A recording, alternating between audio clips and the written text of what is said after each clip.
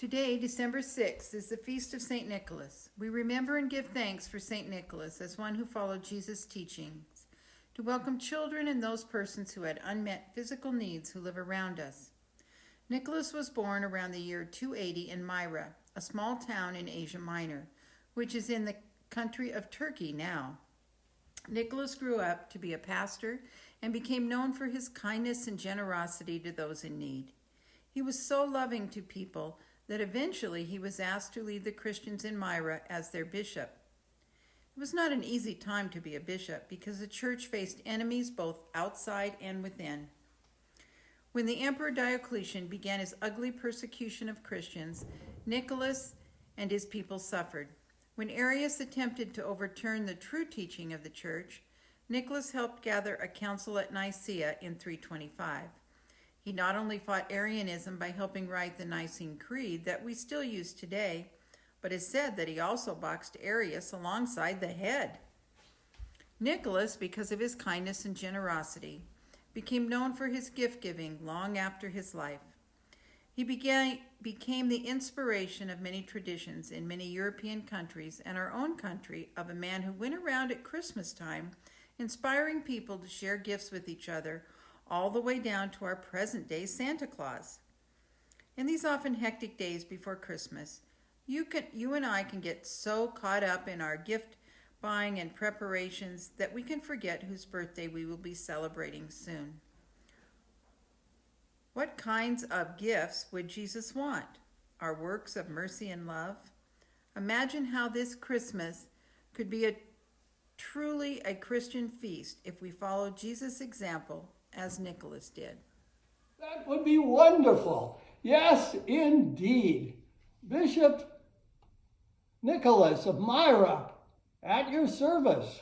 Well, Bishop Nicholas, can you give us some ideas about gift giving? I think Jesus showed us the way. He showed us how to be loving toward our neighbors and to help people who have physical needs or maybe ill or lonely. Who could that be in our community?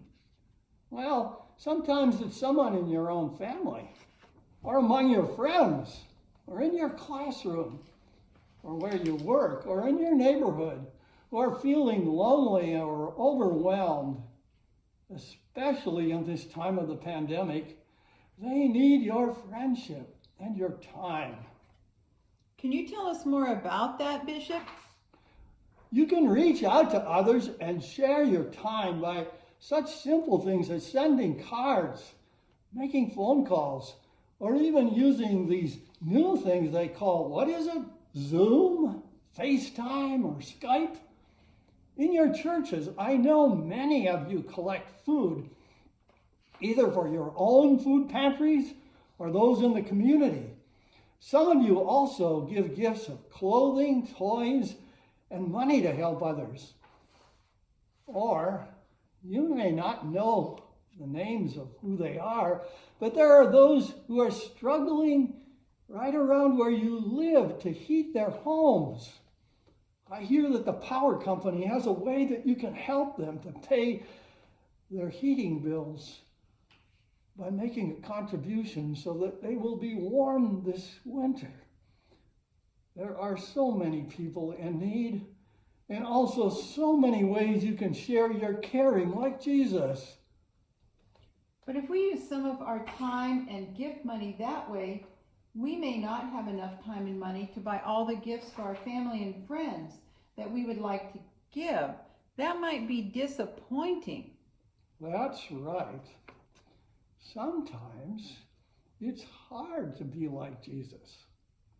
Remember that he promised his Spirit would be with us at times like this to help us make loving choices. You can explain it to your friends and relatives, asking them to use some of the money that they are using to buy gifts to help those in need, and instead of giving you a gift. That sounds tough. But it feels wonderful. Can you tell us of a time, Bishop Nicholas, when you gave a gift? Let me think now. Oh yes, there was this this poor couple with 3 daughters who were at the age to be married. According to the custom of the time, the family needed money to give us a dowry for their daughters to marry. Without the dowries, the girls would have had no choice but to be sold into slavery.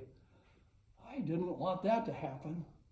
So one night, I secretly went by their home and tossed some gold coins through an open window.